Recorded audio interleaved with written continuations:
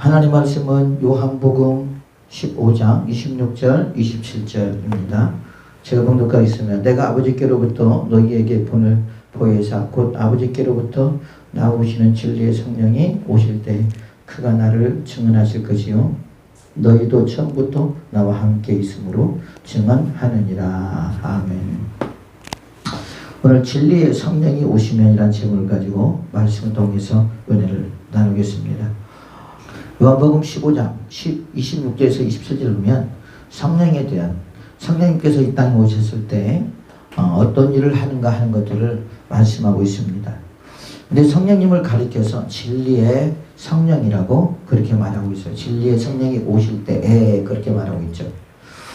그래서 진리는 진리고 성령은 성령인데 예수님께서 예수님 자신을 가리켜서 나는 곧 길이요 진리요 생명이니 그러면서 예수님을 진리라고 말씀하고 계십니다. 그러니까 곧 성령은 곧 진리의 영이라고 우리가 볼 수가 있겠습니다.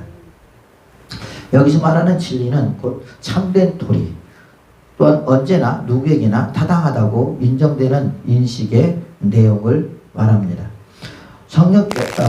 성경에서 진리는 하나님의 거룩한 속성 중에 하나라고 신명기 32장 4절과 이사야서 65장 16절에 가리키고 있습니다.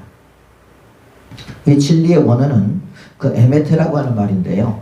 견고, 그 다음에 확고, 그 다음에 영구, 신실이라는 의미가 함축된 단어로서 순결하고 공평하며 정직하고 영원불멸하는 속성을 지닌 진리를 함축적으로 표현한 말이라고 할 수 있습니다. 또한 엘레데이아라고 하는 말이 있는데요. 이 말은 엘레데스라고 하는 말은 숨김없는 또한 참된 의로운 정직한의 명사형으로서 원래는 누구나 인정하는 보편타당한 것으로 사물의 기초가 되는 사실을 말한다고 합니다. 성경에서는 예수 그리스도 또는 그분을 가르치신 하나님의 말씀을 의미한다고 요한복음 8장 30절에 말씀을 하고 있습니다. 그러면 하나님은 본질상 어떤 분이신가? 민수기 23장 19절과 디도서 1장 2절에 보면 거짓이 없는 하나님이라고 표현하고 있습니다. 또한 출애굽기 34장 6절과 시편 25편 5절, 그 다음에 146편 6절, 그 다음에 요한계시록 15장 3절에 보면 하나님은 변함도 없으시고 영원히 진실하시고 참된 하나님이라고 표현하고 있습니다. 하나님의 또한 행사는 진실하시며 그랬거든요. 시편 33편 5절, 로마서 2장 2절과 그 말씀을 진리십니다라고 했는데 시편 119편 160편과 요한복음 17장 17절에 말씀을 하고 있습니다. 그리고 하나님은 진리를 보내사 인생들을 구원하시며 보호하기도 하신다고 시편 57편 3절과 시편 91편 4절에 말씀하고 있습니다. 따라서 변하기 쉽고 거짓된 인생이 절대 의뢰하며 도움을 구할 수 있는 유일한 분은 곧 누구냐? 하나님밖에 없다는 거죠. 그래서 시편 25편 5절과 시편 31편 5절, 시편 89편 45절에 기록해 놓고 있습니다. 진리라는 용어가 구약에서는 주로 하나님께서 보여주시는 뜻이나 의지 혹은 말씀을 말씀하고 있다면요. 신약 성경에서는 그리스도와 복음을 일컫는 말로 요한복음 14장 6절과 또한 요한복음 14장 17절에 말씀을 하고 있습니다. 이 진리는 죄악을 구원하고 또한 거듭나게 하며 또한 보호할 뿐 아니라 또 인생들로 하여금 자유케 하며 거룩하게 하고 그 영혼을 깨끗하게 한다라고 말하고 있습니다. 그래서 성령님을 가릴 때 진리의 성령이라고 말씀하고 있죠.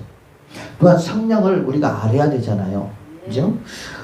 성령은 곧 창조주 하나님의 영으로서 그 삼위일체 하나님에게 있어서 하나님이시며 또 아들이신 그리스도와 구별되는 삼위격이시고 또 구약에서는 거룩하신 영, 성신, 하나님의 신 등으로 나타납니다.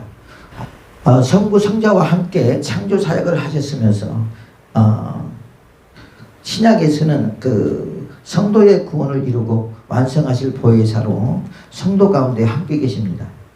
그리고 그리스도를 영접하고 하나님의 자녀가 된 자에게 임하는 성도를 지키고 보호하시고 구원의 완성을 이룬 분이 누구냐? 그분이 곧 성령님이십니다. 그래서 우리 안에서 우리가 구원을 받을 때까지 구원의 완성을 일으키고 우리를 도우시고 우리를 진리 가운데 인도하시고 깨닫게 하시고 가르쳐 주시는 분이 누구냐? 그분이 곧 성령님이시죠. 그래서 우리가 그 성령님을 우리가 잘 모시고 살아가야 될 줄로 믿습니다.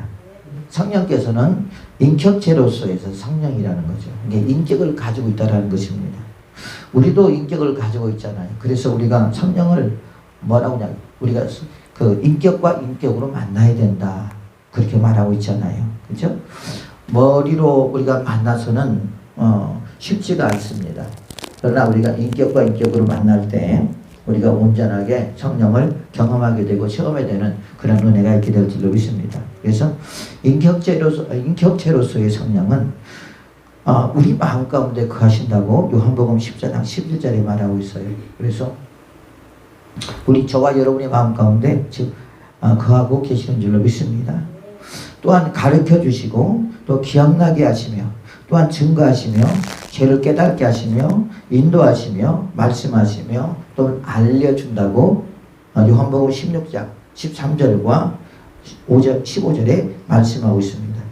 그리고 성령을 깨닫게 하시며 또한 성령으로 말하게 하시며 또한 사역자를 부르게 하시며 사역자들과 말씀하시며 또한 일꾼을 보내시며 복음 사역의 방향을 정하여 주시며 또한 중재한다고 로마서 8장 26절에 말씀하고 있습니다.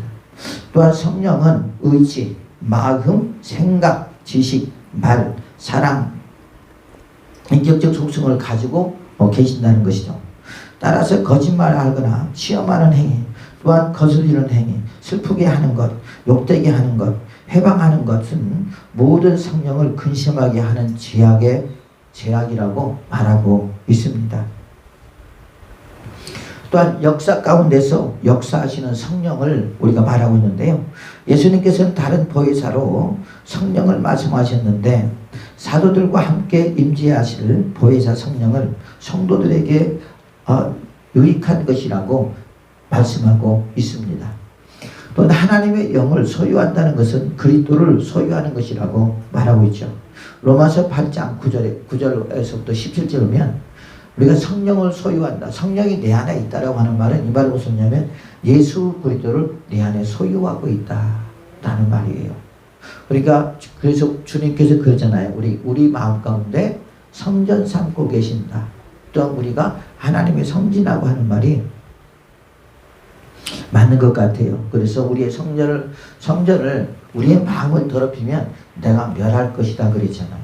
그렇죠. 그래서 우리가 성령을 우리가 받은 것, 성령을 내 마음에 있다는 것은 내가 성령을 모시고 살아가고 있다라고 하는 말과 똑같은 말입니다. 그래서 우리가 그 성령님을 잘 모셔야 되는데 그렇지 못하고 살아가는 것이 우리가 부끄럽죠.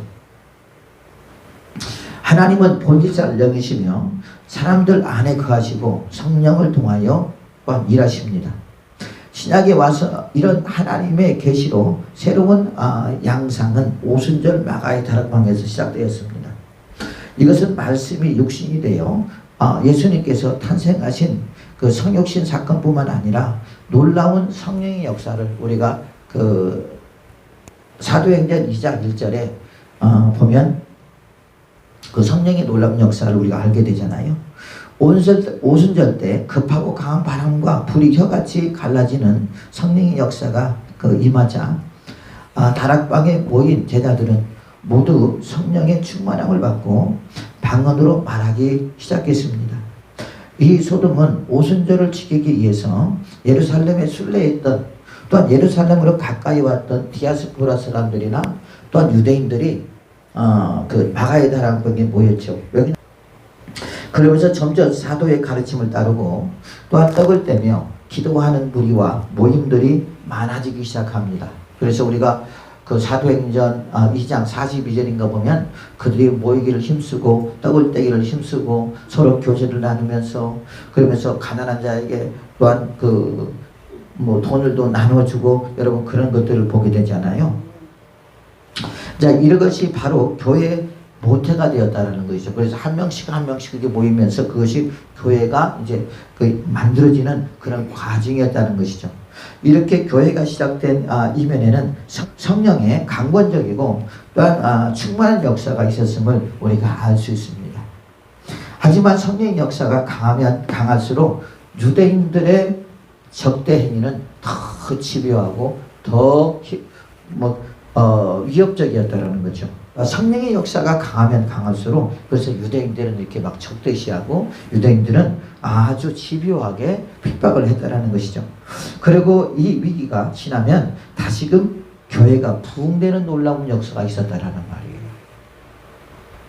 되려 교회가 막 그렇게 핍박하고 막 그러면 여러분 쇠퇴해야 되는데 쇠퇴하는 것이 아니라 더 부흥이 되어 간다라는 말이에요. 사도행전 4장 31절 보면 그렇게 나와 있거든요. 성령의 역사는 이방인의 백부장 고넬료 가정이 회개하는 놀라운 역사를 또한 이룹니다. 이들은 심지어 방언의 은사까지도 받았습니다. 사도행전 10장 44절부터 48절에 보면 그가 방언의 은사를 받은 것을 볼 수 있거든요. 이런 성령의 역사는 후에 사도 바울의 선교 여행 도중 아볼로를 만나 구원의 복음을 가르칠 때도 똑같이 일어나는 그런 역사들을 봅니다. 그래서 우리가 보면은 목사님들이 보면은 그 사도행전을 많이 읽어요. 왜 그러냐면 사도행전은 성령의 역사가 많이 나타나잖아요. 마태, 마가, 누가, 요한은 예수님의 사역을 말하고 있다면 사도행전은 누구의 사역들을 말하고 있느냐? 예수님의 제자들의 사역들을 말하고 있습니다. 예수님의 제자들이 어떻게 사역을 했는가 라고 하는 것을 기록해 놓고 있거든요. 그렇기 때문에 우리가 그 사도행전을 읽어보면 성령의 역사가 제자들을 통해서 어떻게 일어나는 것을 알게 되고 또한 성령께서 또한 그 제자들을 어떻게 쓰셨는가를 우리가 알게 된다는 거죠. 그러면 성령께서 그럼 그들만 쓰나? 아니죠. 우리도 동일하게 그들과 함께 그렇게 쓰임받게 될 줄로 믿습니다. 중요한 것은 뭐냐면 우리가 성령을 얼마큼 인정하느냐, 성령의 또한 성령을 얼마큼 사모하느냐가 참 중요한 것 같고요. 또 무엇보다 더 중요한 것은 내 자신의 성령의 충만함이 필요하다는 거예요. 내가 성령의 충만함이 필요하다는 것은 뭐냐면 그만큼 성령과 함께 교제하고 있다는 것이고 교통하고 있다는 것이고 또한 성령과 함께하고 있다는 것을 말하고 있는 것이거든요. 그래서 우리가 주님께서 항상 성령 충만함을 강조하는 것은 내 안에 계신 성령과 그만큼 교제하고 있다는 것을 말하고 있는 거예요. 그러면 성령의 지배를 받겠죠. 또한 그러면 성령께서 또한 우리를 성령의 도구로 사용하시겠죠. 말씀하실 때나 또 찬양할 때나 기도할 때나 우리가 살아갈 때 성령의 지배를 받으며 성령의 터치를 받으며 또 성령에 이끌려서 우리가 살아가게 됩니다. 그럴 때 그 성령께서 말할 수 없는 그런 일들을 우리를 통해서 이끌어 가신다는 거죠. 예수님의 제자들이 성령을 받고 나서 그들이 이제 그 밖에 나가서 그 복음을 증거할 때 성령의 힘을 입어서 복음을 증거하게 되고 스데반 집사도 성령에 충만해서 복음을 증거하다가 돌에 맞아 죽어도 여러분 그가 두려워하지 않고 되려 그들을 위해서 기도하는 스데반 집사의 모습을 보게 되잖아요. 베드로나 또한 그 베드로의 형제들도 누굽니까? 그 어부들이잖아요. 어부들임에도 불구하고 그들이 성령을 받고 나서 그들이 완전히 달라지고 말이 달라지고 행동이 달라지고 그들의 그 영성이 달라지는 그런 놀라운 역사를 경험하게 되잖아요. 그죠? 우리가 예수님 안에서는 많이 배우고 적게 배우가 문제가 아니에요. 되려 보면 우리가 적게 배우면 더 좋더라고요. 왜 그냥 버릴 것이 별로 없으니까. 그런데 많이 배우면 버릴 것이 얼마나 많은지 몰라요. 그래서 사도 바울이 내가 이제까지 버렸던 모든 것들이 대략 예수 그리스도를 믿지 못하게 하는 방해가 되었고 그러면 내가 그것을 분토같이 버리노라 그러면서 다 버리잖아요. 그래서 그는 선지서를 쓰는 그러한 하나님의 사람이 되고 그 다음에 성령의 사람이 되면서 그래서 그의 기록이 여러분 많이 있잖아요. 옥중서신도 있고. 그래서 우리가 이 성령의 역사는 우리가 사모하고 또한 나 또한 성령과 함께 하나가 되어서 우리가 주의 일을 할 때 주님의 놀라운 역사가 나타나는 것을 우리가 보게 됩니다. 그래서 그런 사람들을 하나님이 귀하게 쓰실 줄로 믿습니다. 또한 우리가 주님의 일을 하는 데 있어서 여러분 성령의 힘을 입지 않고는 아무것도 할 수가 없잖아요. 그러잖아요. 오늘도 어느 목사님이 이제 기도를 받으러 왔어요. 이제 누워라 갖고 기도를 해주는데 비도 안 좋고 그 다음에 대장도 안 좋고 그러면서 막 기도를 해줬죠. 그러니까 배가 다 꺼진 느낌이고 좋아하더라고요. 여러분 우리가 그럴 때 이제 그렇게 기도를 해줄 때 뭐 다른 사람들은 또 어찌 모르겠지만 저 같은 경우는 이제 그러거든요. 이렇게 기도할 때 어디가 아픈 것을 이렇게 알아요. 그러면 이제 거기를 기도해 주든지 꾹 눌러주든지 이제 그러거든요. 여기도 아프죠? 여기도 아프죠? 여기도 아프죠? 그럼 여러분 나는 사람이에요. 나는 모르잖아요. 근데 누가 아셔요? 내 안에 계신 성령님이 알고 계셔요. 내가 봐도 내가 신기해요. 그런 걸 볼 때. 어떻게 이렇게 알지?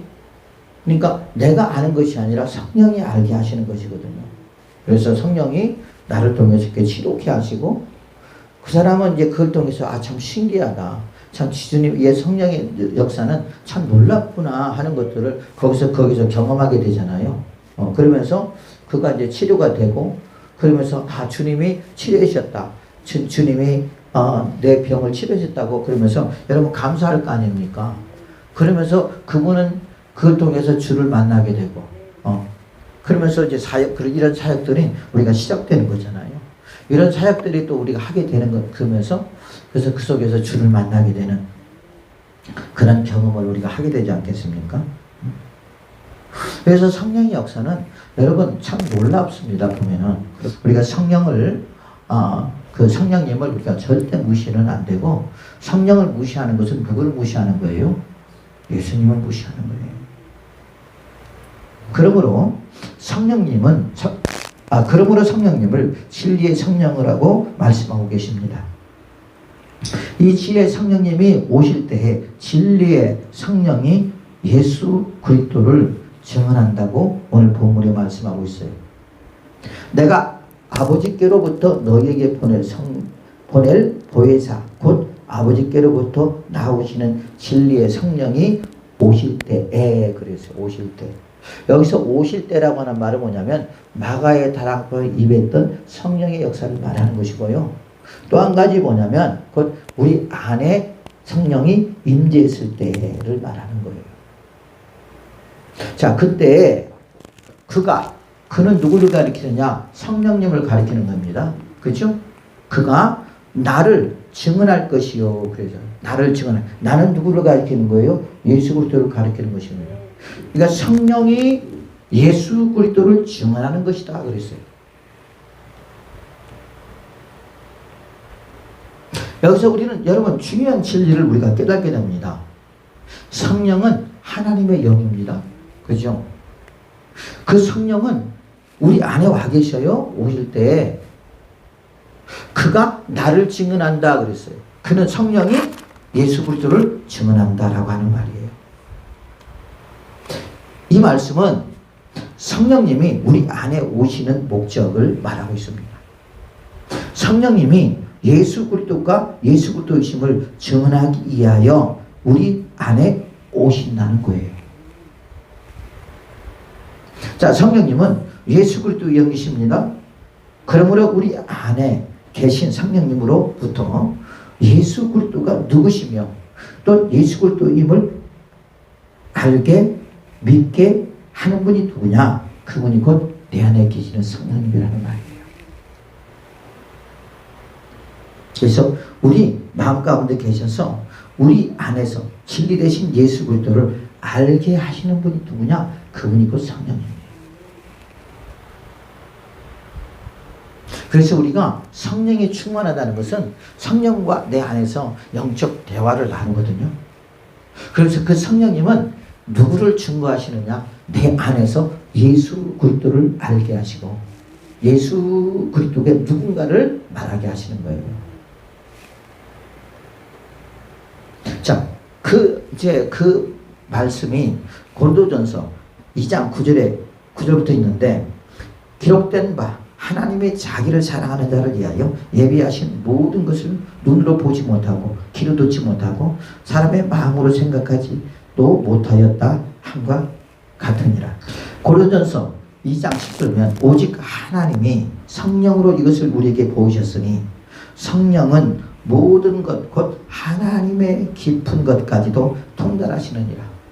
내가 지금 예수 그리스도를 믿고 있는 거, 예수 그리스도를 알고 있는 거, 또한 진리의 말씀을 알고 있는 거, 내가 똑똑하고 내가 잘나고 내가 배워서 내가 지금 알고 있는 것이 아니라 내 안에 계시는 성령님께서 지금 우리 안에서 또한 다른 사람들을 통해서 그 말씀을 듣게 한다는 거예요. 그러므로 우리가 예수 그리스도를 알게 되고 예수 그리스도를 믿게 된다는 말입니다. 그래서 오직 하나님이 성령으로 이것을 우리에게 보이셨으니 그랬어요. 성령으로 우리에게. 왜? 뭐 하려고? 우리를 구원하게 하려고. 우리에게 믿음을 주시려고. 성령은 모든 것, 곧 하나님의 깊은 것까지도 통달하시니라. 왜? 그 성령은 누구의 영이시기 때문에? 아들의 영, 예수 그리스도의 영, 하나님의 영이시기 때문에. 그렇기 때문에 그 성령은 하나님과 예수님에 대해서 너무 잘 알고 계시잖아요. 그렇잖아요. 그렇죠?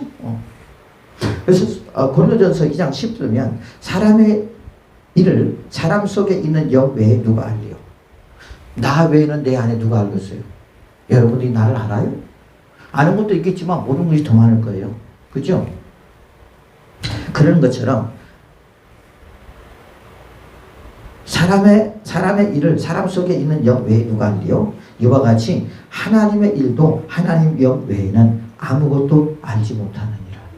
그러니까 성령 외에는 예수님이 누구시고 하나님이 누구신가를 알지 못한다는 말이에요. 우리가 세상의 영을 받지 아니하고 오직 하나님께로부터 온 영을 받았으니 이는 우리로 하여금 하나님께서 우리에게 은혜로 주신 것들을 알게 하려 하십니다. 그래서 항상 제가 고린도전서 2장 10절을 말씀하고 있죠. 그래서 우리가 예배를 드릴 때 성령 충만하지 못하면, 또 성령의 도우심을 우리가 구하지 못하면, 또 성령의 도움을 받지 못하면 우리가 은혜를 받지 못하는 거예요. 그래서 우리가 예배를 드리기 전에 와서 열심히 기도하고 말씀을 사모하고 내 안에 성령으로 충만하게 할 때 내 안에 계신 성령님께서 여러분 우리에게 은혜를 주시는 거란 말이에요. 그래서 우리는 은혜를 받는 거예요. 그래서 우리는 그 성령께서 은혜를 받을 수 있도록 우리를 도와주시는 분이 누구냐? 그분이 곧 성령님이란 말이에요. 그래서 기도하라는 말이에요. 그래서 열심히 예배를 드리기 전에 와서 기도하고 또한 말씀을 사모하며 또한 마음을 정리하고 예수님 만날 생각을 하라는 거예요. 말씀을 깨달을 생각을 하라는 거예요.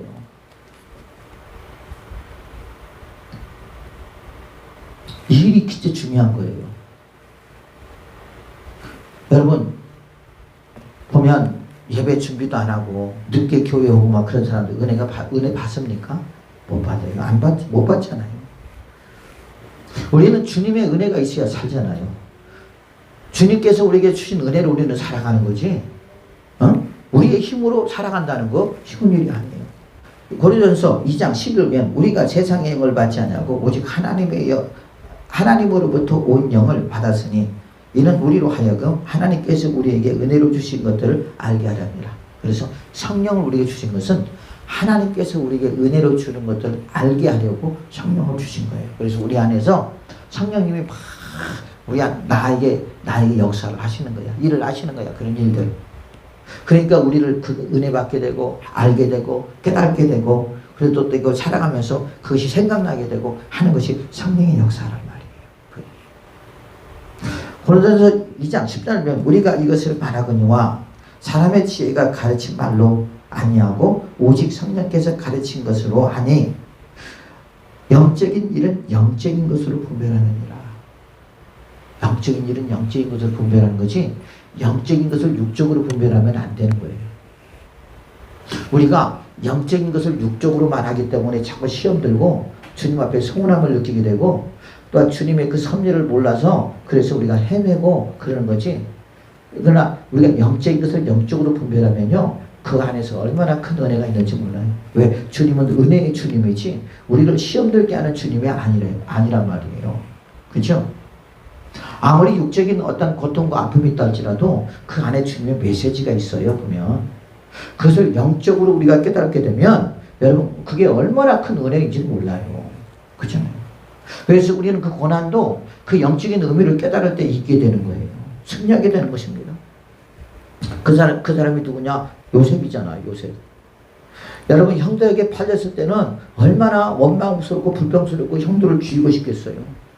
그러나 그가 그 보디발 장군의 집에 가서도 열심히 일을 했는데 억울함을 누명 쓰고 또 감옥에 가게 되고 거기서도 또 그렇게 감옥에 그 죄수로 자라가잖아요. 나중에 있다가 보니까 바로 앞에 섰을 때 그리고 바로 앞에서 그가 이제 꿈을 해석해 주잖아요.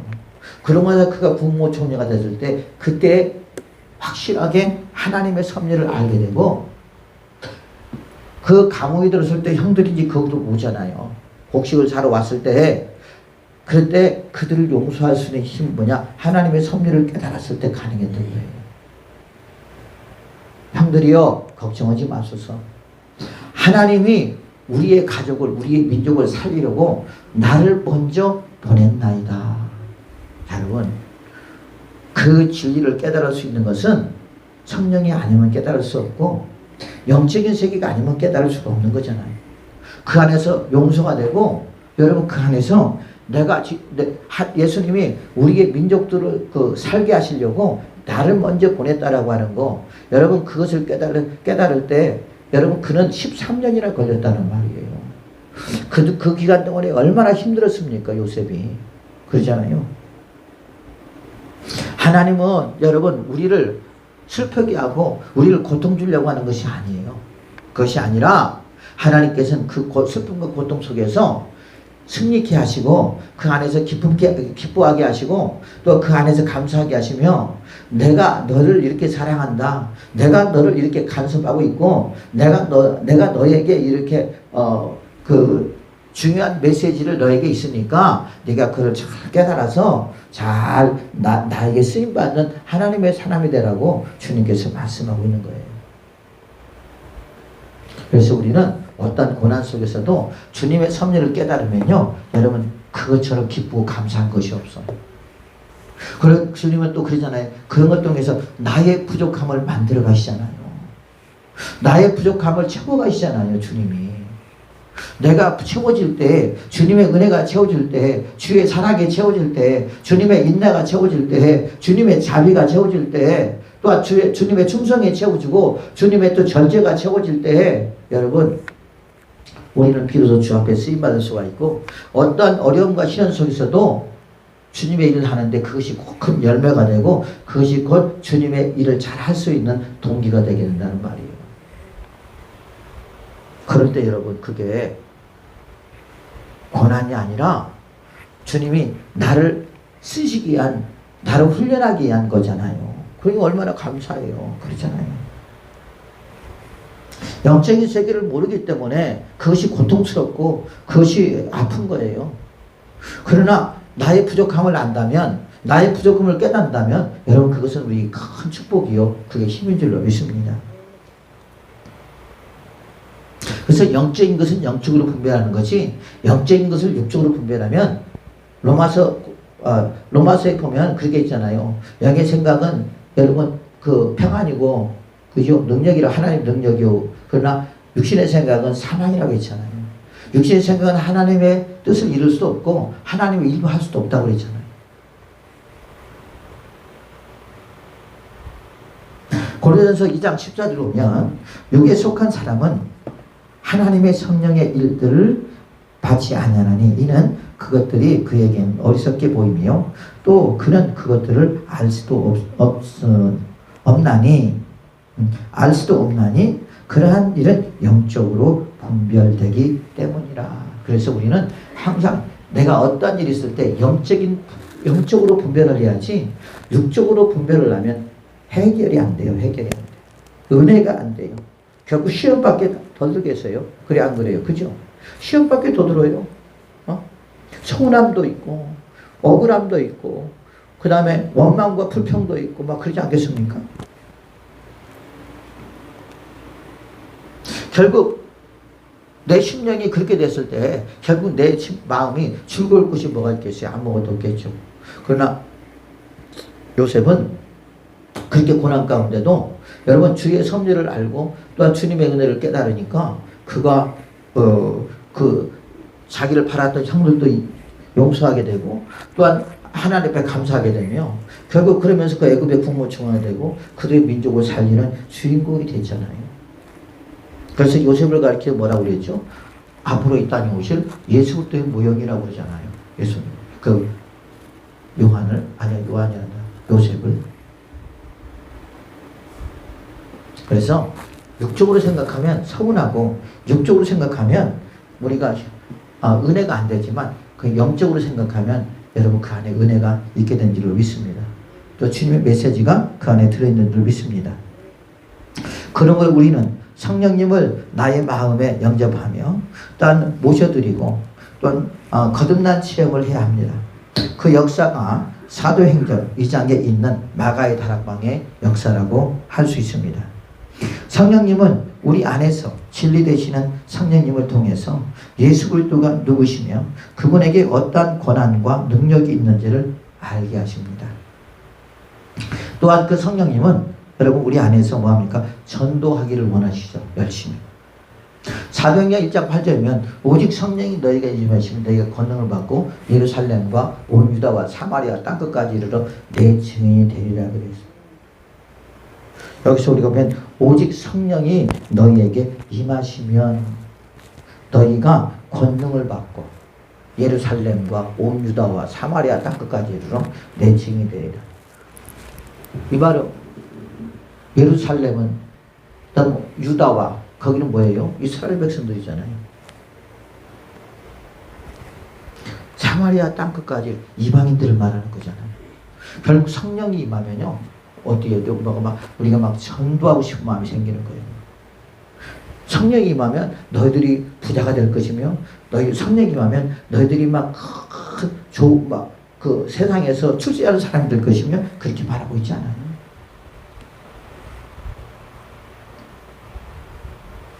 너희가 권세와 능력을 하늘의 권세와 능력을 받는다.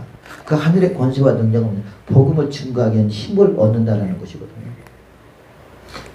이 말씀이 누구에게 적용이 됐죠? 예수님의 제자들에게 적용이 됐잖아요. 그죠?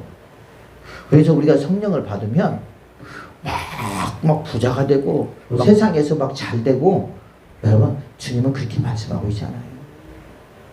우리가 성령이 임하면 우리 안에서 이러한 하나님의 권세와 능력을 잊게 되고 복음을 증거하고 싶은 마음이 생긴다. 실제적으로 막 그러더라고요. 저도 성령을 딱 받았을 때 막 전도 안 하면 안 되고 불쌍한 예수 그리스도를 믿지 않는 사람을 보면 막 불쌍해서 어떻게 할 수가 없어요. 전도를 안 할 수가 없어요. 그래서 미친놈처럼 수련교를 다니면서 아침에 새벽 예배 드리고 그 옛날에 대학생 가방이라고 있어요. 그 가방에다가 전도지 중환충인이라고 있거든요. 신문 있어요. 일주일에 한 번씩 나오는 신문이 있는데 그것을 다 접어요. 접어갖고 역삼동, 논현동 다 집집마다 놓고 다녀요. 그리고 또 하루는 그놈을 접어가지고 가방에다 놓고 지하철로 들어가요. 그 역삼동이 2호선이잖아요. 2호선을 타고 거기 옛날에는 지금은 그런 것이 없었는데 옛날에는 그 한국인을 꽂아놓는 데가 있었어요.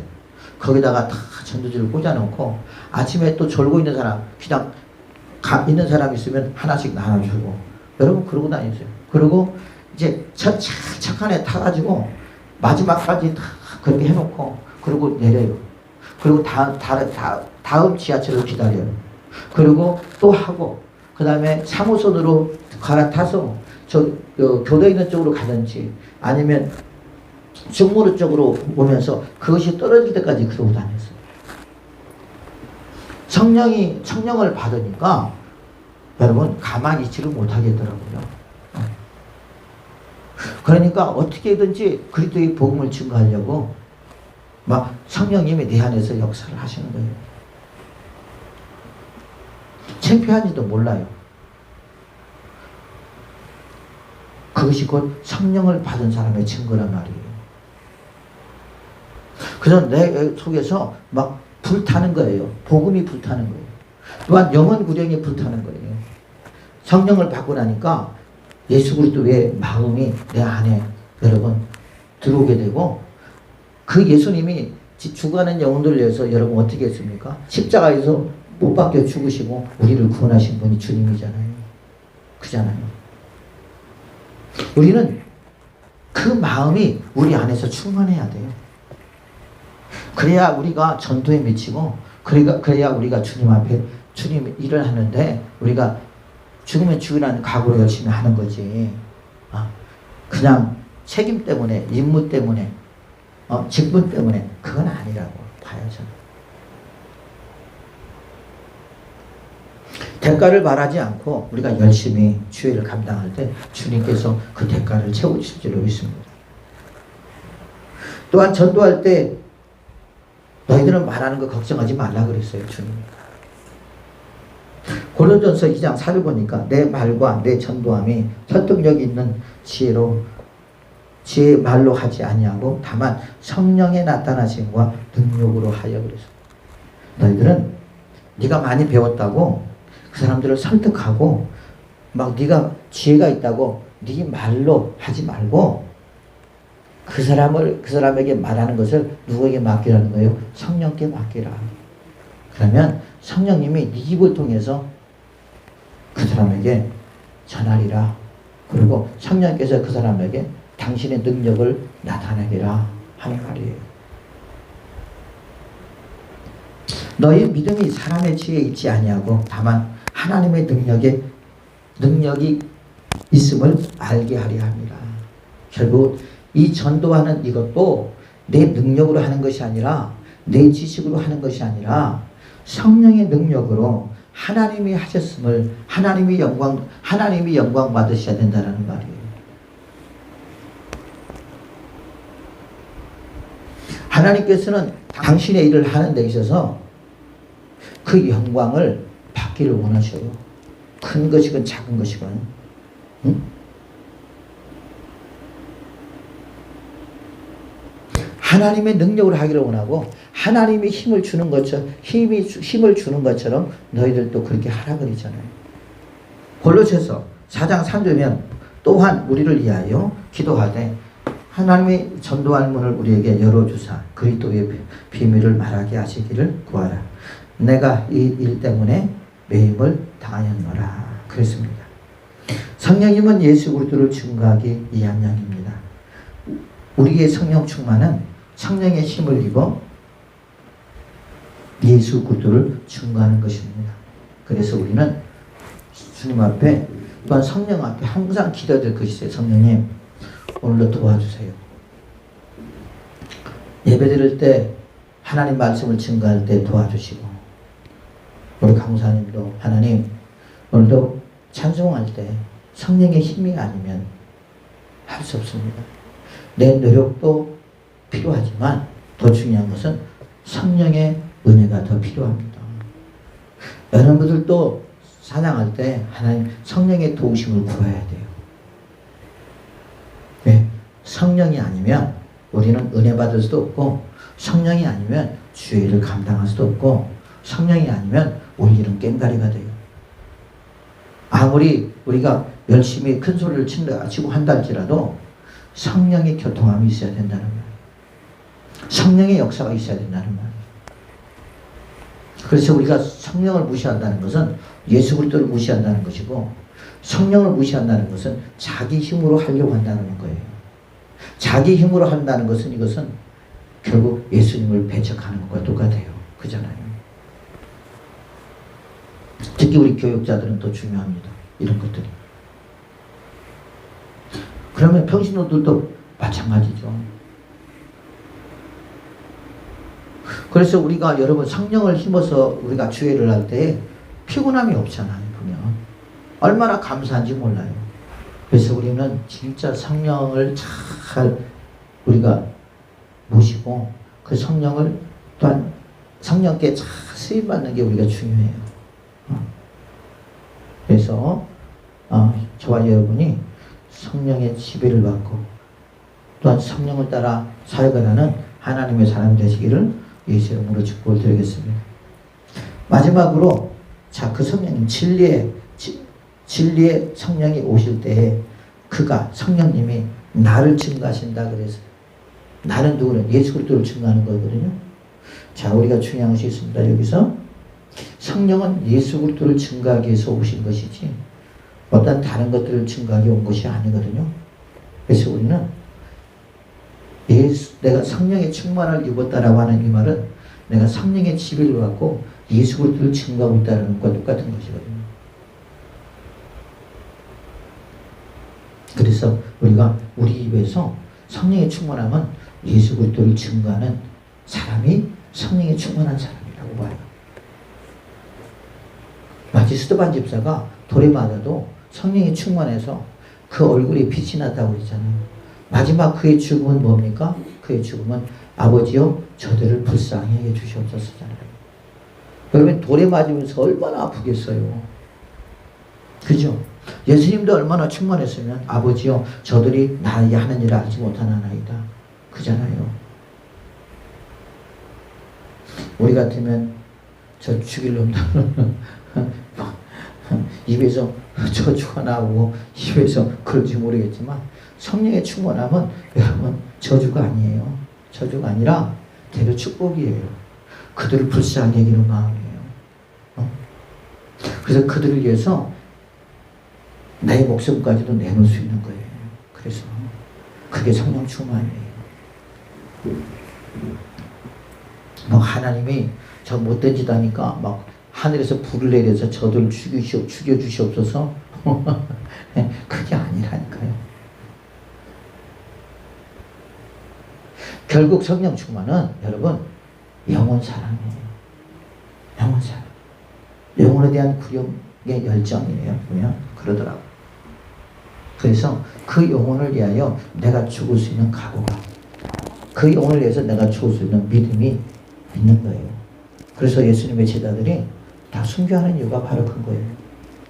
복음을 위해서 순교하는 거예요. 예수 그리스도를 위해서 순교하는 거예요.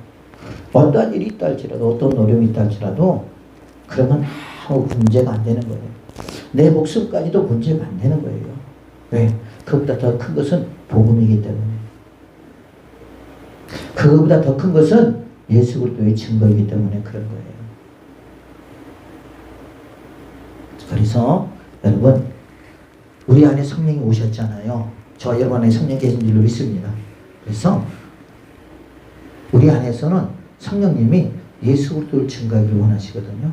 그래서 내가 성령님 내 안에서 예수 그리스도를 증거할 수 있도록 성령 충만함을 달라고 기도를 해야 돼. 그래서 예수 그리스도만 증거하는 하나님의 사람이 되시기를 예수님의 이름으로 축복을 드리겠습니다. 그래서 귀하게 쓰임받는 하나님의 사람이 되시기를 예수 이름으로 축복을 드리겠습니다.